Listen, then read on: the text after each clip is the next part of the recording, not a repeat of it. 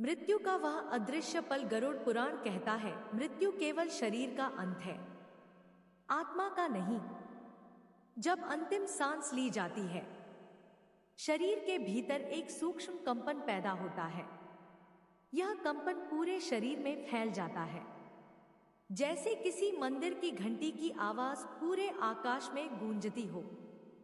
इस क्षण हमारे शरीर और आत्मा को जोड़ने वाला अदृश्य धागा, जिसे शास्त्रों में प्राण तंतु कहा जाता है, धीरे धीरे ढीला होने लगता है। पहले सांस हल्की हो जाती है, फिर आंखों की चमक मंद पड़ जाती है, और अंत में जैसे ही यह प्राण तंतु टूटता है, आत्मा मुक्त हो जाती है। लेकिन यह मुक्ति केवल एक शुरुआत है। आत्मा का शरीर से निकलना। कल्पना कीजिए, आप एक कमरे में बंद हैं और अचानक दरवाजा खुल जाता है। आप बाहर कदम रखते हैं, लेकिन वह बाहर इस भौतिक दुनिया जैसा नहीं है। शरीर से अलग होते ही आत्मा अपने सूक्ष्म शरीर में प्रवेश कर जाती है। एक ऐसा रूप जिसे हमारी आंखें नहीं देख सकती, लेकिन जो पूरी तरह सचेत होता है। गरुड़ पुराण में वर्णन है, शरीर से निकलते समय आत्मा अपने जीवन के पूरे दृश्य देखती है। जन्म से लेकर मृत्यु तक हर क्षण, हर हंसी, हर आंसू, सब पलक झपकते सामने आ जाता है। यह मानो ईश्वर का अंतिम दर्पण हो, जिसमें हम अपने कर्मों का सच्चा चेहरा देखते हैं। अंतिम स्मरण का महत्व वेदांत कहता है, अंतिम विचार ही अगले मार्ग की दिशा तय करता है। अगर उस समय मन ईश्वर में लीन है तो आत्मा ऊंचे लोकों की ओर जाती है।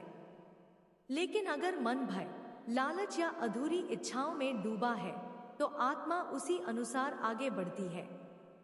जरा सोचिए, जब आपके पास केवल एक ही क्षण हो और वही क्षण आपके अगले सफर का फैसला करे, तब आप किसका स्मरण करेंगे? धन का, परिवार का, या उस परमात्मा का जो अनादि अनंत है? सूक्ष्म यात्रा की शुरुआत। शरीर छोड़ने के बाद आत्मा हल्केपन का अनुभव करती है। वह एक अद्भुत स्वतंत्रता होती है, जैसे किसी ने सैकड़ों किलो का बोझ हटा दिया हो। लेकिन साथ ही एक अनजान डर भी, क्योंकि जो सामने है वह कभी पहले नहीं देखा। गरुड़ पुराण में इसे प्रत्यात्रा कहा गया है। आत्मा के चारों ओर एक हल्की रोशनी होती है, जो उसके कर्मों के अनुसार उजली या धुंधली हो सकती है। जो लोग धर्म और सेवा में जीवन बिताते हैं, उनकी आभा सूर्य जैसी चमकदार होती है, और जिनके कर्म अंधकारमय होते हैं, उनकी आभा धुंध से ढकी होती है। पहली मुलाकात अदृश्य जगत से जैसे ही आत्मा आगे बढ़ती है, उसे चारों ओर से अजीब ध्वनियां सुनाई देने लगती है। कुछ मधुर, कुछ भयावह। वेदांत कहता है, यह ध्वनियां हमारे कर्मों का प्रतिध्वनि एक को होती है। आत्मा को लगता है कि वह हवा में तैर रही है, पर उसका हर कदम उसे एक विशेष दिशा में खींच रहा है। यह दिशा कोई संयोग नहीं, बल्कि हमारे कर्मों का अदृश्य चुंबक तय करता है। प्राण तंतु का टूटना एक सूक्ष्म विज्ञान है। प्राण तंतु को आप शरीर और आत्मा के बीच का ऊर्जा सेतु मान सकते हैं। वेदांत के अनुसार जब तक यह धागा जुड़ा है, आत्मा शरीर में बंधी रहती है। लेकिन जैसे ही यह टूटता है, शरीर निर्जीव हो जाता है और आत्मा अपनी यात्रा पर निकल पड़ती है। गरुड़ पुराण इस क्षण को ऐसे वर्णित करता है, जब प्राण तंतु टूटता है तब शरीर में कोई हलचल नहीं रहती, पर आत्मा के लिए यह द्वार खुलने जैसा है, जहां से वह अनंत आकाश में प्रवेश करती है। क्या आत्मा को तुरंत पता चलता है कि वह मर चुकी है? दिलचस्प बात यह है कि कई आत्माएं तुरंत यह नहीं समझ पाती कि वे शरीर छोड़ चुकी है। वह अपने ही घर में घूमती रहती है, अपने परिजनों को रोते देखती है, कभी कभी बात करने की कोशिश करती है, लेकिन कोई सुन नहीं पाता। धीरे धीरे एक अदृश्य शक्ति उन्हें आगे खींचने लगती है। यात्रा के पहले पड़ाव का सस्पेंस। जैसे जैसे आत्मा इस सूक्ष्म लोक में आगे बढ़ती है, सामने एक धुंधला मार्ग उभरने लगता है। कहीं से घंटियों की ध्वनि आ रही है, कहीं दूर एक तेज प्रकाश चमक रहा है और उसी क्षण कुछ आकृतियां उस प्रकाश से बाहर आती है। उनके चेहरे गंभीर हैं, लेकिन आंखों में अजीब सी चमक। यह कौन है? क्या यह यमदूत है या कोई दिव्य मार्गदर्शक?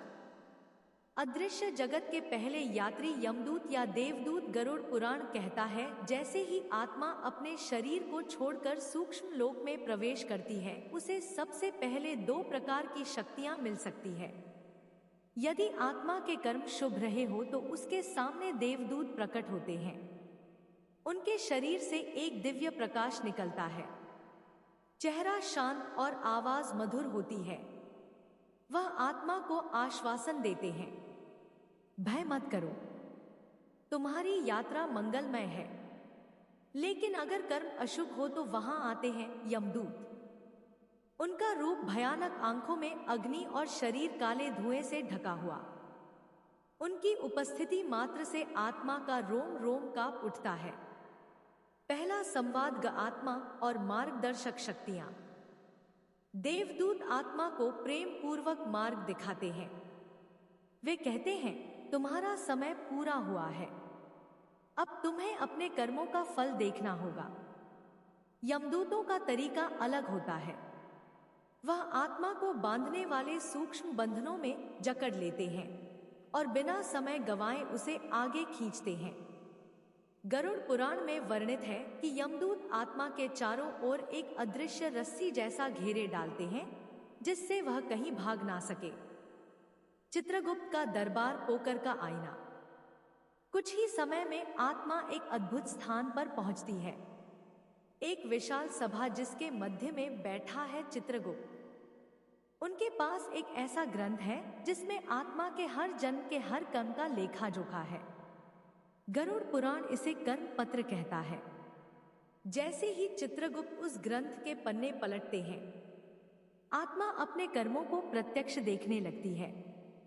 बचपन में किया गया एक छोटा सा अच्छा काम, किसी की मदद के लिए त्यागा गया सुख, और वही लालच में किया गया छल, क्रोध में बोले गए कठोर शब्द, किसी को दिया गया दर्द, हर घटना उतनी ही स्पष्ट होती है जितनी उस समय थी। आत्मा न चाहकर भी यह सब देखती है और उसी क्षण भीतर खुशी या पछतावे की लहर उठती है। खुशी और पछतावे की अनुभूति जब आत्मा अपने अच्छे कर्म देखती है तो उसके भीतर एक हल्की मुस्कान फैल जाती है, जैसे कोई गर्म धूप में बैठा हो। लेकिन जैसे ही बुरे कर्म सामने आते हैं, एक ठंडी लहर पूरे अस्तित्व को छू जाती है। अहंकार, लालच और स्वार्थ की यादें उसे बोझल बना देती है। वेदांत कहता है, यह अनुभव आत्मा के लिए शिक्षा का सबसे गहरा क्षण होता है। यही वह समय है जब आत्मा समझती है कि उसके कर्म ही उसका सच्चा धन या बोझ है। मार्ग का चयन, अपित्रयान या देवयान। चित्रगुप्त के दरबार में कर्मों का मूल्यांकन होने के बाद आत्मा को 2 मार्ग दिखते हैं। देवयान मार्ग यह उन आत्माओं के लिए है जिन्होंने अपने जीवन को धर्म, सेवा और सत्य में लगाया। इस मार्ग पर प्रकाश की सीढ़ियां हैं जिन पर चलते हुए आत्मा उच्च लोकों, स्वर्ग या मोक्ष की ओर बढ़ती है। यहाँ का वातावरण सुगंधित मधुर संगीत से भरा और पूर्ण शांति से ओतप्रोत होता है। पितृयान मार्ग यह उन आत्माओं के लिए है जिनका जीवन सामान्य या मिश्रित कर्मों से भरा था।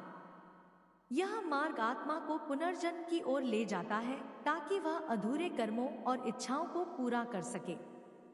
इस मार्ग में उजाला और अंधेरा दोनों का मिश्रण होता है। यह अगली यात्रा की तैयारी का रास्ता है। गरुड़ पुराण में यह स्पष्ट है। मार्ग वही मिलता है जो कर्मों ने पहले से तय किया हो। आत्मा का निर्णय या बाध्यता। दिलचस्प बात यह है कि आत्मा को लगता है कि वह अपना मार्ग चुन रही है, लेकिन वास्तव में कर्म और इच्छाएं पहले ही यह चयन कर चुके होते हैं। अच्छे कर्म देवयान की ओर धकेलते हैं और अधूरे कर्म पितृयान की ओर। कर्म संतुलन का आत्मा की आंतरिक तराजू। गरुड़ पुराण कहता है, हर आत्मा के भीतर एक तराजू होता है जो हर जन्म के कर्मों का भार तोलता है। यदि पुण्य सत्कर्म का पल्ला भारी हो तो आत्मा को दिव्य लोक या अच्छे कुल में जन्म की संभावना होती है। लेकिन अगर पाप दुष्कर्म का भार अधिक हो तो अगला जन्म निम्न योनि कठिन परिस्थितियों या मानसिक कष्टों में होता है। यह प्रक्रिया पूरी तरह गणनात्मक नहीं होती।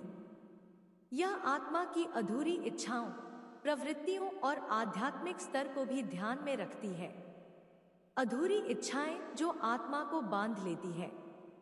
वेदांत और गीता दोनों मानते हैं कि मृत्यु के समय जो भी विचार आत्मा के मन में प्रमुख होते हैं वही उसके अगले जन्म का बीज बनते हैं। श्री कृष्ण भगवद गीता में कहते हैं, अंतकाले च मामेव स्मरण मुक्त्वा कलेवरम, जो अंत समय में जिसका स्मरण करता है वह उसी को प्राप्त करता है। अगर किसी आत्मा की कोई गहरी इच्छा अधूरी रह गई हो, जैसे कोई धन का लोभी था, कोई कलाकार बनना चाहता था, किसी को मां बनने की तीव्र लालसा थी या कोई अधूरा प्रेम छोड़ गया, तो वह आत्मा उसी इच्छा की पूर्ति के लिए अगला जन्म लेती है। उदाहरण के तौर पर एक ब्राह्मण जिसका स्वभाव कठोर था, लेकिन जीवन के अंतिम क्षणों में उसे पछतावा हुआ कि उसने कभी किसी की सेवा नहीं की। उस आत्मा ने अगले जन्म में एक दलित परिवार में जन्म लिया। सेवा, सहनशीलता और नम्रता को अनुभव करने के लिए आध्यात्मिक प्रगति कहां तक पहुंची आत्मा? हर आत्मा एक साधना के मार्ग पर होती है। कुछ आत्माएं अपनी यात्रा के शुरुआत में होती है। उन्हें भोग, कामना और वासना अभी बांधे हुए हैं।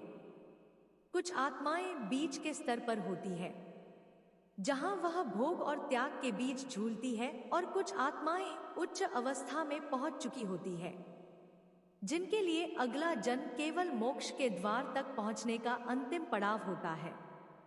उदाहरण, एक योगी जिसने पूरे जीवन ध्यान साधना में बिताया, लेकिन अंत समय में उसे थोड़ा मोह बांध गया। वह आत्मा एक ऐसे कुल में जन्म लेती है जहां उसे फिर से वैराग्य और साधना की सुविधा मिले, ताकि वह अपनी अधूरी साधना पूरी कर सके। ग्रहण क्षेत्र और जन्म समय का निर्णय। अब प्रश्न आता है, अगर आत्मा को जन्म लेना ही है तो कब और कहां? गरुड़ पुराण और प्राचीन ज्योतिष शास्त्र बताते हैं कि हर आत्मा के कर्म और इच्छाओं के अनुसार सटीक ग्रहण क्षेत्र चुने जाते हैं, ताकि उसका जीवन उसी मार्ग पर बने जो उसके पिछले कर्मों का फल है। उदाहरण, यदि किसी आत्मा ने क्रोध से ग्रसित जीवन बिताया तो अगला जन्म मंगल और राहु के प्रभाव में होता है, जिससे आत्मा को उस क्रोध का दुष्परिणाम भोगना पड़े। यदि आत्मा ने दान, सेवा और भक्ति का जीवन जिया तो गुरु और चंद्र के प्रभाव से आत्मा को एक शांत धार्मिक परिवार में जन्म मिलता है। यह सब अपने आप नहीं होता। यह कर्मबल और दैविक शक्तियों की एक गणना होती है। परिवार और वंश परंपरा का चयन। आत्मा का अगला जन्म केवल समय या स्थान से तय नहीं होता, बल्कि उसका नया परिवार, उसकी मां की कोख, उसका कुल, सब कुछ उसका कर्म तय करता है। वेदांत कहता है, जिस घर में आत्मा को जन्म लेना होता है, उस परिवार में कुछ दिनों या महीनों पहले तक वह सूक्ष्म रूप में मौजूद रहती है। वह आत्मा उस घर की परिस्थितियों, संस्कारों और भावनाओं को महसूस करती है, और अगर वह सब उसके आगामी कर्मों से मेल खाता है तो वह उस परिवार को स्वीकार करती है। कुछ आत्माएं एक ही कुल में बार बार जन्म लेती है, इसलिए हमें लगता है कि कोई बच्चा पहले जैसा क्यों है। शायद वह सच में उसी आत्मा का पुनरागमन हो। क्या आत्मा को चुनाव का अधिकार होता है? यहाँ एक गढ़ प्रश्न है। क्या आत्मा खुद निर्णय लेती है या यह सब पहले से तय होता है? उत्तर है दोनों। अगर आत्मा का चेतन स्तर ऊंचा है तो उसे कुछ हद तक चुनाव की स्वतंत्रता मिलती है, लेकिन अगर आत्मा अज्ञानता में बंधी है तो उसके कर्म और इच्छाएं ही उसके लिए चुनाव करते हैं। उदाहरण, एक आत्मा जो बहुत समय से साधना में थी, उसने अगले जन्म के लिए एक शांत पर्वतीय क्षेत्र चुना जहां उसे ध्यान में लीन रहना आसान हो। दूसरी आत्मा जो वासना और लोभ में डूबी थी, वह अनजाने में ही एक अशांत नगर में जन्म लेती है, जहां वह और अधिक भ्रमित हो जाए। पुनर्जन्म की अद्भुत प्रक्रिया शुरू होती है। जैसे ही समय, परिवार और ग्रहों का मेल तय होता है, आत्मा के लिए नए जीवन का द्वार खुलने लगता है। एक रोशनी की सुरंग जैसी राह उसके आगे प्रकट होती है। उसके अंत में होती है एक मां की कोख। आत्मा उसमें प्रवेश करती है और वहां से शुरू होती है एक नई यात्रा। शुरुआत जो अंत से जुड़ी होती है। लेकिन उस गर्भ में आत्मा क्या अनुभव करती है? क्या उसे अपने पिछले जन्मों की याद रहती है? और कब और कैसे वह सब कुछ भूल जाती है? आत्मा का चुने हुए माता पिता के पास पहुंचना। गरुड़ पुराण कहता है, जब समय आता है, आत्मा अपने अगले जन्म के माता पिता की आभा से आकर्षित होती है। इसका अर्थ है कि आत्मा अपने अगले जन्म से पहले कई दिनों तक उस परिवार के चारों ओर सूक्ष्म रूप से उपस्थित रहती है। वह उनकी बातें सुनती है, उनके भावनाओं को महसूस करती है, उनके जीवन की स्थिति को देखती है। कभी कभी आत्मा माता को सपने में दिख सकती है, जैसे कोई बच्चा आने की सूचना दे रहा हो। यह कोई कल्पना नहीं, बल्कि सूक्ष्म जगत की वास्तविक घटना होती है।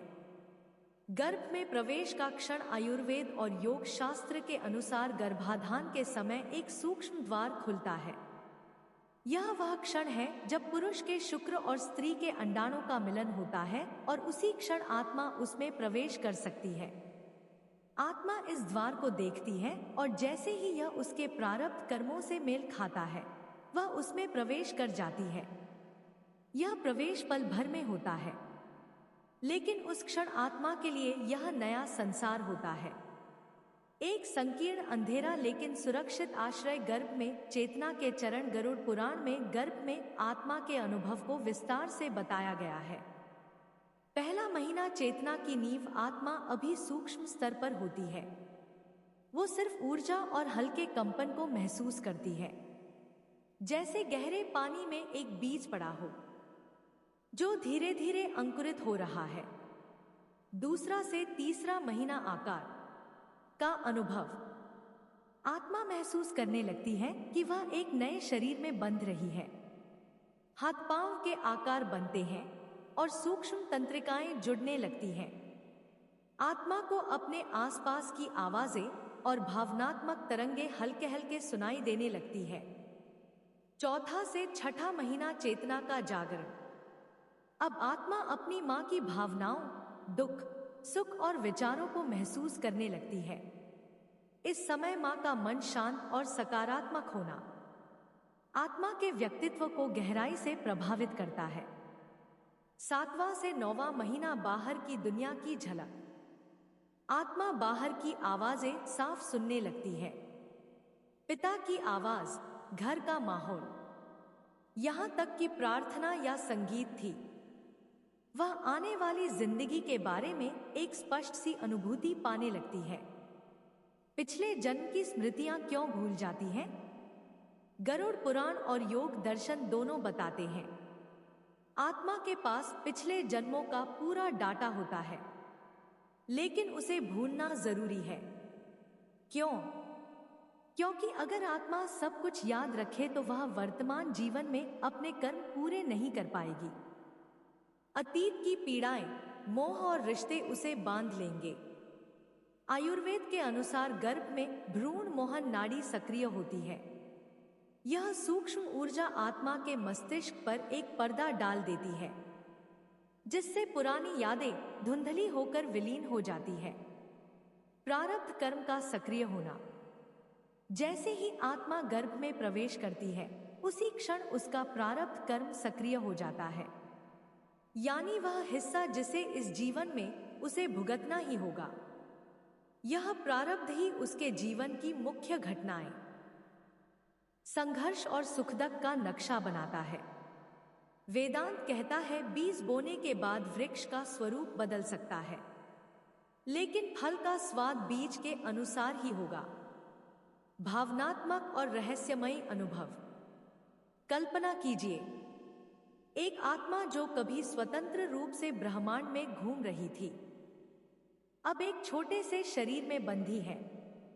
वह माँ के दिल की धड़कन सुनती है, कभी बाहर की दुनिया की हल्की आवाज, कभी भीतर की गहरी शांति। वो जानती है कि यह शरीर उसका नया साधन है, उसकी अगली यात्रा का वाहन। जन्म का क्षण, गर्भ से संसार तक। गरुड़ पुराण और आयुर्वेद दोनों कहते हैं, जन्म के समय आत्मा अपने जीवन के सबसे कठिन संक्रमण से गुजरती है। गर्भ की सुरक्षित, गर्म और शांत दुनिया से निकलकर वह एक ठंडी, शोरगुल वाली, तेज रोशनी से भरी दुनिया में आती है। इस यात्रा में आत्मा को महसूस होता है कि जैसे कोई अदृश्य रस्सी खींच रही हो। वह रस्सी उसके प्रारब्ध कर्म की है। यह रस्सी उसे ठीक उसी जगह और समय पर खींच लाती है जहां उसका जीवन शुरू होना है। पहला रोना, रहस्य और कारण। क्या आपने कभी सोचा है जन्म के समय बच्चे का रोना क्यों जरूरी है?